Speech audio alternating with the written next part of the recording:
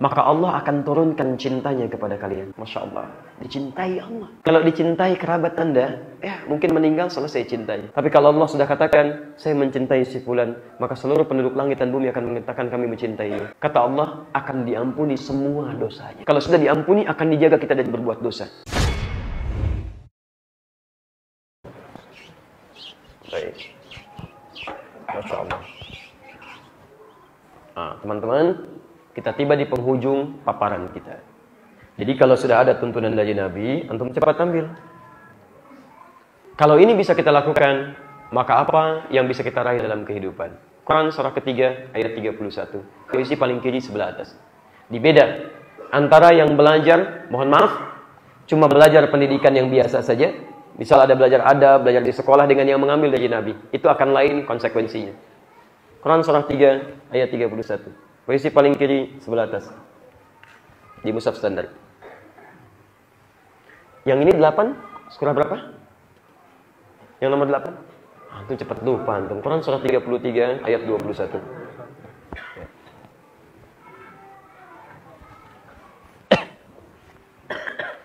Qul in kuntum tuhibbunallaha fattabi'uni.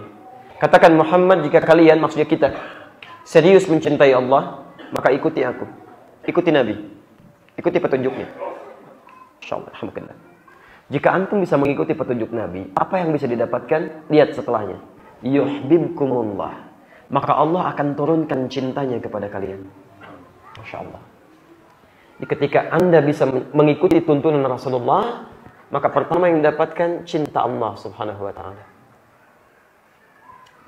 Tidak mudah menemukan cinta Allah. Masya Allah. Dicintai Allah. Kalau dicintai kerabat Anda, mungkin meninggal selesai cintanya. Masya Allah. Silahkan cek. Dicintai orang Bandung, belum tentu orang Jakarta cinta kepada Anda. Dicintai orang Bekasi, belum tentu orang Malaysia kenal Anda. Tapi kalau Allah sudah katakan, saya mencintai si fulan, maka seluruh penduduk langit dan bumi akan mengatakan kami mencintainya. Kalau mereka dekat dengan Allah subhanahu wa ta'ala. Cinta Allah. Dan yang hebat, kalau Allah sudah mencintai seorang hamba, wa yaghfir lakum dzunubakum. Kata Allah, akan diampuni semua dosanya. Masya Allah. Diampuni dosa.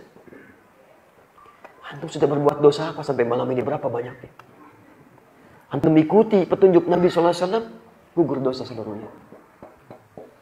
Kalau sudah diampuni, akan dijaga kita dari berbuat dosa.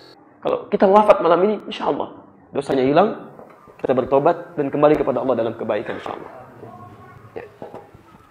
Karena teman-teman sekalian, ya, ini kita harus dapatkan caranya, ini rumusnya. Quran surah 33 ayat 21. Laqad kana lakum fi Rasulillahi uswatun hasanah. Sungguh ada pada diri Rasulullah sallallahu alaihi wasallam kami tetapkan untuk kalian uswah hasanah. Saya akhiri dengan menjelaskan kata uswah hasanah yang sebagian besar sudah saya terangkan dalam beberapa sesi, termasuk dalam kesempatan tadi di Masjid Habibur Rahman. Perhatikan, saya pertajam sedikit. Lihat sini.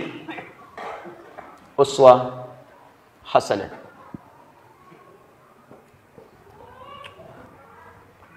Saya sudah terangkan, ini bisa dibaca U, bisa dibaca I. Ya, bisa uswah, bisa iswah. Kalau iswah itu riwayatnya qalun dari Nafi' atau Warash dari Nafi'. Ada dua riwayat. Waqad kana lakum fi Rasulillahi iswatun hasanah. Kalau ini menunjuk U, ini menunjukkan rafa', tinggi. Jadi kalau antum bisa mengikuti tuntunan Nabi, maka antum pun akan jadi teladan, punya sifat kebaikan, dan akan dianggap baik oleh orang sekitaran. Menyebar lagi pada yang lain. Nggak percaya silahkan, antum mulai belajar, ikuti tuntunan Nabi. Cara berbakti pada orang tua, cara bersikap dalam kehidupan, cara berbicara yang baik, itu Masya Allah. Begitu antum lakukan, antum akan jadi teladan dalam kehidupan. Plus akan menyebar kebaikan itu. Yang kedua, maaf, silahkan antum cek ya. Sebelum pada yang kedua, silahkan cek. Semua sahabatnya Nabi yang belajar dari Nabi, bukankah semuanya dia orang baik? Silahkan cek. Walaupun latar belakangnya belum tentu baik. Ya, ada Umar bin Khattab, antum tahu latar belakangnya, bagaimana memusuhi Nabi. Tapi ketika belajar dari Nabi, masuk Islam, menjadi orang terbaik, sampai kisahnya jadi hikmah sekarang. Nggak pernah diungkit keburukannya sebagai aib, tapi jadi hikmah. Jadi hikmah kebaikan. Jadi terbaik di masanya. Bahkan tabi'in juga demikian, para imam demikian, para ulama demikian. Tidak pernah ada orang meniru Nabi tuntunannya dalam kehidupan, kecuali akan dikisahkan sebagai keteladanan dalam kehidupan. Dan yang kedua, Hasanah tidak disebutkan kecuali kebaikan yang bernilai pahala. Ada pahalanya. Misal, antum belajar di sekolah. Minum gunakan tangan kanan. Masya Allah. Antum belajar dari Nabi, minum gunakan tangan kanan. Di sekolah, minumlah pelan-pelan. Hati-hati lalu minum. Dari Nabi, minum pelan-pelan, sebut nama Allah. Minimal bismillah. Kemudian kita minum. Maka Masya Allah, antum mengikuti pelajaran sekolah minum, haus hilang, badan sehat. Antum mengikuti Nabi, sama, haus hilang, badan sehat, plus dapat pahala. Jadi begitu Anda mengatakan kalimat-kalimat itu, dan ikuti petunjuknya, bukan cuma mendapatkan kebaikan dunia yang nilainya sama dengan ahli dunia. Tapi plus ada pahala akhiratnya. Makanya setiap kebaikan yang bernilai pahala dalam hidup kita, kita bekerja, mereka kerja. Tapi kita ada pahalanya, mereka belum tentu. Kita makan, mereka makan. Kita ada pahalanya, mereka belum tentu. Karena itulah kita sering berdoa supaya semua kegiatan dunia kita menjadi hasanah, akhirat kita menjadi hasanah, dan kalau sudah begitu, tidak akan pernah disentuh oleh neraka. Sampai antum sampaikan doanya, sampai hafal betul dalam kepala itu. Apa doanya?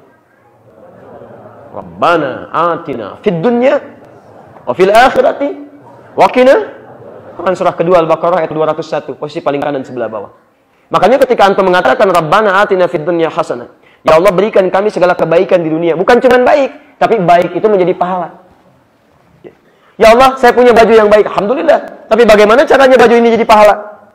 Selain menutup aurat, gunakan untuk ibadah. Antum punya kendaraan baik, tidak tergoyah, tidak ada cacat, tapi ada pahalanya enggak? Jangan-jangan BMW antum sampai sekarang belum ada pahalanya. Tapi becaknya si fulan sudah banyak pahalanya. Nganterin orang ke masjid, nganterin orang taklim, Masya Allah. Becak punya pahala, Masya Allah. Ada yang punya Lamborghini, mereka Lamborghini, antum Lamborghini, Masya Allah. Ada banyak ini kan. Ini nggak usah bangga dulu, saingan antum cuma urusan dunia. Bukan, urusan kita akhirat. Sayang, malu sama orang yang belum punya kendaraan. Ke masjid masih mau berangkat, kakinya dipakai, sandalnya disaksi. Cuma sandal jepit, Pak, masih mau ke masjid. Antum sepatunya banyak, mereknya banyak, bermerek lagi, bangganya luar biasa, difoto, diupload di Instagram, di Facebook juga, Masya Allah, nggak ada pahalanya. Untuk apa? Lalu? Itu ya, kurang lebih. Makanya antum sering berdoa supaya ada pahalanya. Tapi persoalannya, tidak semua orang baca ayat ini doa, jadi nggak ngerti isinya. Makanya berharapnya tampil baik aja, tapi tidak menghadirkan pahala. Jelas ya?